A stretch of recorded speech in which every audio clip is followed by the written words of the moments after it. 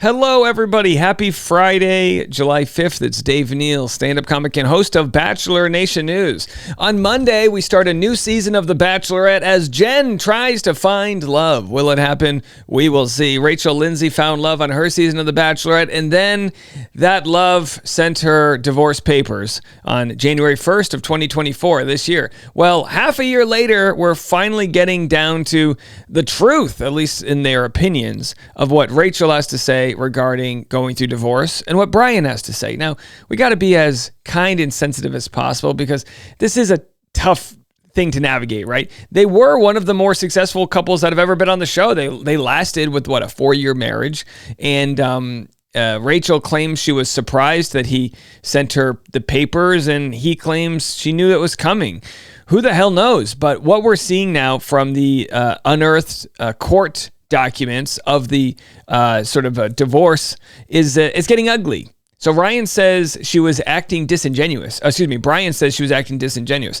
My thought with that is, don't let people speculate. Like, say what you want to say. That's just my thought if that were the case. Now, she is saying, she's agreed to basically give him $10,000 a month for 2 years. You do the math. I'm calling that just under $250,000. But he says, no, he needs more to maintain their marital standard of living. So the court papers go back and forth. And I know what you're thinking. Well, Dave, that sounds like a crazy amount of money. He's an able-bodied guy. Why can't he just, take the high road? Well, but that's how it works. In a relationship, any sort of profits that one side make when you're married more than the other side, you kind of have to split that. So if I don't like to use myself an example, but let's say, Rachel and Brian, let's say Brian made $1 million over 10 years and Rachel made $0. Well, in that 10-year span, she's entitled to half of that, right? So for at least a few years, if they don't have any kids, while she's receiving alimony or whatever, she's entitled to a certain amount that equals what he was pulling in, because he was working and she wasn't, right? We all understand that. So as far as gender's concerned, there for sure is a stigma here to the conversation of Brian trying to get money out of a woman, his wife. But, she's making more money. Did she work harder for that money? None of us know. That's for up to them to know. But the judge, I guess they are ruling right now on what they think of the matter, and we'll find out what they say. So here's his response, at least parts of it. Brian Abasolo reaffirms request for $16,000 monthly spousal support from Rachel Lindsay, claims she never wanted to be around him. The chiropractor claims in a July 2nd filing that he has nothing left after paying his monthly expenses. And a lot of people have commented saying, hey, welcome to the rest of society where nobody's saving money, credit card debt's never been higher, everyone's broke. But either way, as far as legally concerned, this is the game that's played. I mean, it's ugly. I'm not saying it's the right game. Sadly, the lawyers are going to be the ones only making the money here. So anyway, in a Tuesday, July 2nd filing, Abasolo hit back at his ex-wife's claims that he is not in need of financial support amid their ongoing divorce.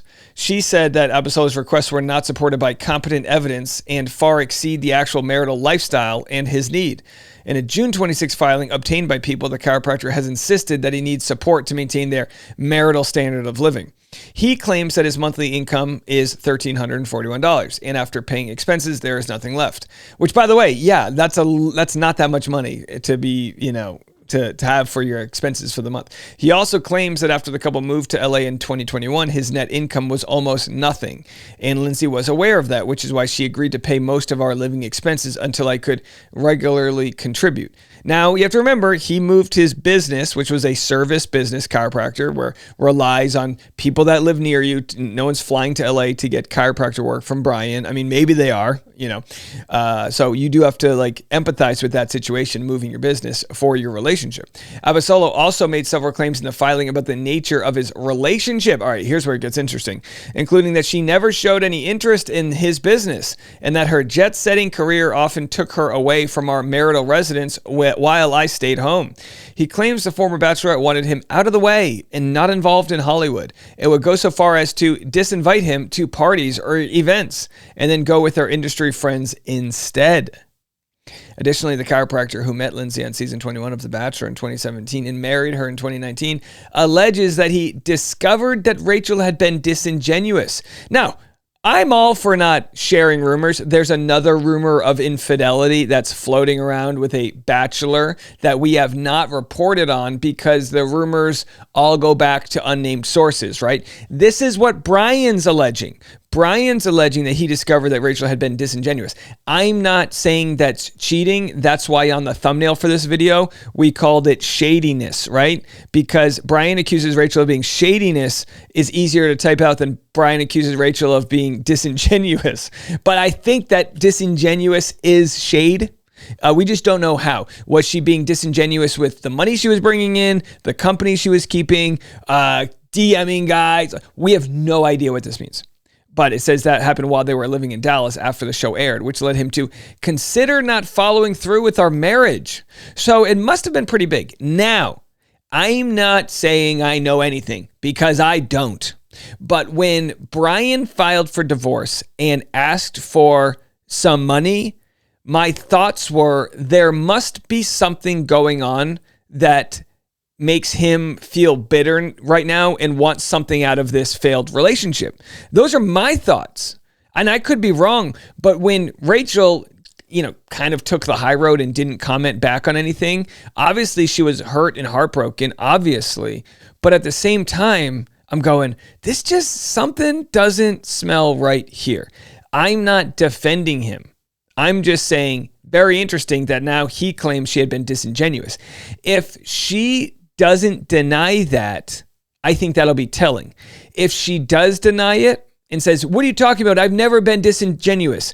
And then Brian doesn't have any receipts, then he's going to look bad, right? He's basically calling out her character to the point where he says, I no longer wanted to marry. I didn't want to marry her. I almost didn't marry her because of why she was being disingenuous. So what is that? I have no idea, but it is heavy words to say to somebody, especially someone like Rachel with a large platform, if it's not true. So time will tell, and we'll have to see, and I'm sure we will see why he thinks she was disingenuous. In 2020, when she took the job with Extra TV, Brian further claims she gave me an ultimatum. I either move to California with her or else the marriage is over. Yikes. Abasolo says that by the time he filed for divorce on January 2nd, he no longer trusted Rachel and had endured years of her verbal manipulation, as he described his experience in their relationship. The reality is that I was the one stuck at home and stuck at work with a wife who never wanted to be around me during our marriage. Again, these things don't seem to matter to me when it comes to whether or not he's deserving of the money. It's whether or not it's fair. This is all feelings, but it really comes down to what are the facts. Did she make a lot more money than you? Did you sacrifice on behalf of the marriage? And are you entitled to a percentage of what she made? So when she opposed her ex-husband's initial request for spousal support and $75,000 for his legal fees, she said he was claiming to make less than he would if he worked at McDonald's based on his reported $16,000 annual income. Again, I don't know if that includes his business expenses, which with a brick and mortar and chiropractor equipment, which isn't just a massage table. I've been there. He has giant pieces of equipment, state-of-the-art technology. I mean, trust me, there's some stuff in there that I go, that looks expensive. I even asked him, there's this one piece of equipment. I said, who buys that? And he said, well, a lot of a lot of rich people in the Middle East buy this, expensive equipment. So if that's on his budget for expenses, then I wonder if that counts when you're reporting your income. Brian claims to earn so little that if he worked a 40-hour week and was paid minimum wage in LA County, he would more than double his reported earnings, her filing indicated.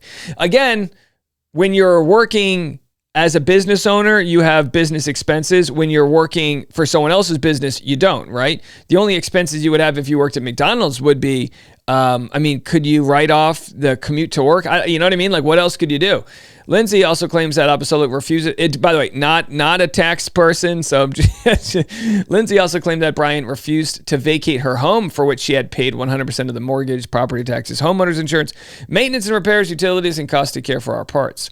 As far as their marital standard of living, she claims it was nowhere near as glamorous as Brian portrays it to be, and that the couple rarely saw each other or even lived together during our brief marriage.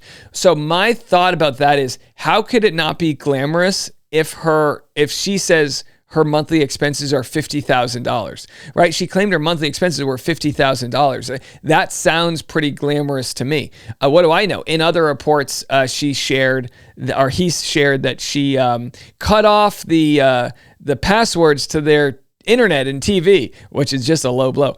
At least give them your Hulu or your Roku account. Come on. Rachel Lindsay talks divorce, dating, and the future. I'm going to play 3 clips of what she said with Scott Evans. You can watch this full conversation on her YouTube channel. It's pretty interesting stuff. Slowly but surely, I started to gain my confidence back. I started skiing. People say it's harder to learn as an adult. Look, I was out there with kids. Because you got fears as an adult. And I wasn't afraid because I was in a place, I was cold. I felt dead inside. So I was like, oh, you want me to lean into this mountain like I'm falling over? What am I going to lose? He was like, wow, you're fearless. And I'm like, I feel nothing. There it is. Rachel Lindsay speaking on behalf of everyone who's been through heartbreak and says, I feel nothing. Now, she does talk about the divorce. She doesn't use Brian by name as far as I can tell, but she does talk about the divorce here. Women, by the time women decide that they want a divorce, great quality. They're done. Right. I was done. Doesn't mean that it wasn't hard. It's not a readjustment. It's still a struggle daily. Right. But emotionally, I felt like I was very sure that this is what I wanted to do.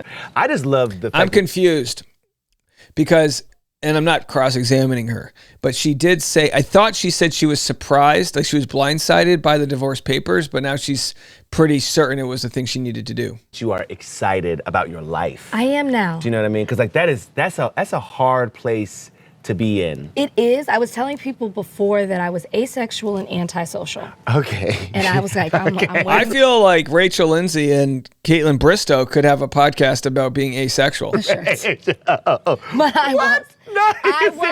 Those first few months, I was like, don't call me, I'm not going nowhere. I just want to see my girls. Like, right. I want to be with them. I couldn't be in, I would get anxiety in being in a big crowd because I would realize I'm single and people can try to talk to me. And I mean, interesting stuff, right? I covered a little bit more of this conversation on this morning's Rush Hour podcast. If you haven't listened to it, go check that out. I'll play one more clip from the 19-minute mark here. And again, you can go listen to or watch this full YouTube video. Really high quality stuff here. I mean, these are cameras that are not on tripods. They are, over his shoulder. Really high quality stuff, considering he's only got under 5,000 subscribers. So Scott Evans has quite the budget. I mean, very nice. Are you into the reality TV? I've never been into love dating shows. Okay. I'm a Bravo girly. So I watch every Housewife franchise. I watch Vanderpump Rules. I watch The Valley, which I will argue anybody toe-to-toe is the best thing on reality TV right now. Now, this is what's interesting. The Valley is a show where I think half of the people on the show are going through divorce. Jax is going through a divorce. The other guy, I haven't invested in knowing their name. It's a real sad look at people that are not happy in relationships. But it is an interesting show if you haven't watched On the Valley. I agree with Rachel. I think Bravo TV shows are better than any dating shows that are out there. I would rather watch and enjoy more watching Bravo than I do watching The Bachelor. The Bachelor gets me once in a while. It's very specifically a dating show, but Vanderpump, The Valley, those are all dating shows too. They're just longer form. So they'll have the Vanderpump Rules, 11 plus seasons or whatever, right?